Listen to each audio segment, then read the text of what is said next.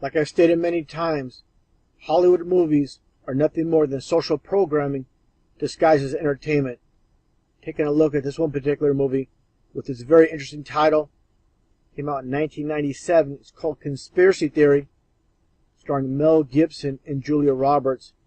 Mel Gibson plays the role of a conspiracy theorist that's a cab driver, and Julia Roberts plays the role of a U.S. government attorney.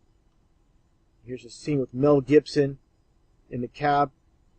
During the movie, he talks to passengers, and they just look at him like he's a complete nutcase.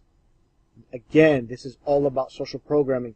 Anybody that questions official stories by the government are frowned upon, they're demonized, they're looked at as crazy. Of course, understand the director behind this is Richard Donner, and also Joel Silver, the producer. Richard Donner is the producer of this movie as well. Understand Joel Silver, a very famous producer in Hollywood, behind many movies, and this one in particular, Die Hard from 1988. What do you see? The Twin Towers on fire. Of course, the one-eye symbolism. Understand, like I stated before, all those in Hollywood are Freemasons, and they're all in the know about what's taking place in this world. And actually, a lot of these movies, such as Die Hard, they come from a higher source. Basically, these producers and directors in Hollywood are just painters. They're artists for those above them that instruct them to make these movies. Large chain of command that goes all the way from the top. It trickles down all the way down to those in Hollywood and the music industry as well. Staying on topic with the movie industry, understand there's many crypto Jews in Hollywood and in the media. Richard Donner is no different, with his surname being Schwartzberg.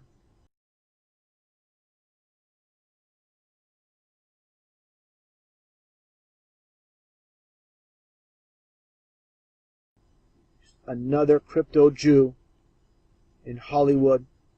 Interesting enough, in the opening scene from Conspiracy Theory, you'll see the Twin Towers. This is nothing new with these Hollywood movies. Hollywood is nothing more than witchcraft. Going back in time, understanding how that name Hollywood was derived. The ancient Druids, they used to make witches' wands from holly trees. And that's how you get the name Hollywood. It's nothing but witchcraft, nothing but deception. That's what Hollywood's all about. Now, taking a look here at Richard Donner's Superman from back in the late 70s. And what do you see? That clock pointing at 9/11. These people are in the know. Of course, Superman 2 with the Twin Towers in the city on fire. Now, taking a look at the 1984 movie Gremlins, which of course Richard Donner's behind. What do you see with this radio with the dial between the 9/11, of course Sapphire being the September stone. And what do you see here? The Roman numeral 11. This is September 11th in plain sight. Just taking a look at these birthstones. What do you see right here? The September, of course, again being the sapphire stone. So sapphire, blue sapphire. Interesting enough, like I said, the September birthstone, basically called the Stone of Destiny. I find that very interesting, with 9/11 being destined to happen, with these sick and twisted people that run this world. They love to mock. I can't say this enough. That's what they're all about. And also taking a look at Gremlins 2, which of course Richard Donner was behind. And you can see actor Eric Shawn, with this other female actress, holding up two microphones that read 9/11. And of course, Eric Shawn works for Fox News. He's one of the first, if not the first, at the scene at the towers on 9/11. So this is all planned out. Everything you see in the news is nothing more than a movie. Like I've stated many times, truth in movies, lies in the news. And taking a look at the very opening of Gremlins 2, just like Conspiracy Theory, just like Die Hard, you see the Twin Towers in plain sight.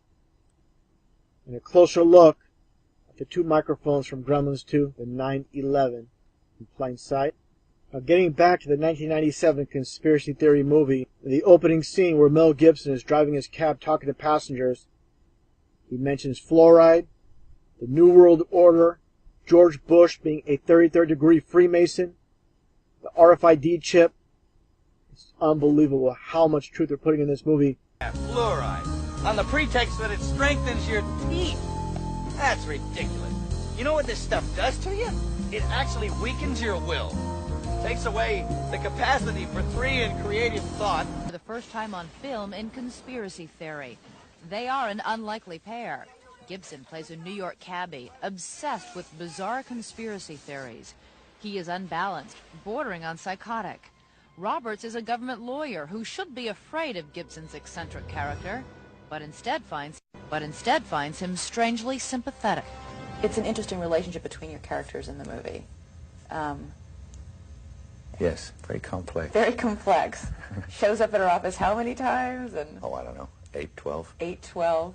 Yeah, it's kind of stalking, really, isn't it? It's a gentle version of stalking. Yeah, it's almost kind of weird. The paranoia that runs throughout the film actually began before the filming. To get Julia to sign on to the picture, Mel and director Richard Donner had to use some gentle persuasion. They stalked me. They called my machine incessantly, leaving messages. What did they say to convince you? They had me locked in a hotel room, and I don't think they were going to let me leave until I said yes. Then the minute you said yes, is it true that the door bursts open and a brass band walks in? This is true. Uh-huh. Yes. That's great. That's serious confidence, too, right there, having the band in the closet, these poor men, like, waiting. You signed on to the script rather early on, and with the producer-director about who the female role should be. Did you always think that Julia would have been perfect for this? Absolutely. I mean, I thought, would she want to do this? You know, it was one of those sort of things, like, gee, I hope she'd want to do this. And when her name came out, I said, wow, that's a great idea. Having worked so hard to get Julia on the set, Mel decided to greet his co-star with a present. I read all this stuff about all the practical jokes you guys played on each other. You gift-wrapped something for her. Oh, a small dead animal. Really? It reminded me of being in the 6th grade, and every day at lunch, this one boy named Chris, and I know his last name, but I won't say it because I don't want articles about him in the paper. He'd come up every day and he'd go and walk away. That was his way of flirting? That meant he really liked me, according to my girlfriend. According to my girlfriends. Or it meant he really hated you. No, I think it meant that he liked me. In the 6th grade, it means he likes you. And also I heard in the shower, was it in the shower scene when you're in your apartment? Yes. I'm in my apartment, and I'm growing increasingly paranoid because I'm spending too much time with this man in the film, increasingly paranoid. And you might also be in real life. and I hear a noise, and so I get out of my bed, and I go searching around my apartment to find the evildoers that I think may be lurking. And I open the shower curtain, and found an evildoer. Found Joel Silver in the shower. Jumped out and scared me. Producer. Yes. I think there's a scene in the movie where you're showing her the special handshake. Yes. The secret handshake. And while you were shooting this, you did something else pretty awful. Yes. Yeah, we just got some disgusting hair gel and a cockroach and some tapioca. A live cockroach? No. But a big one.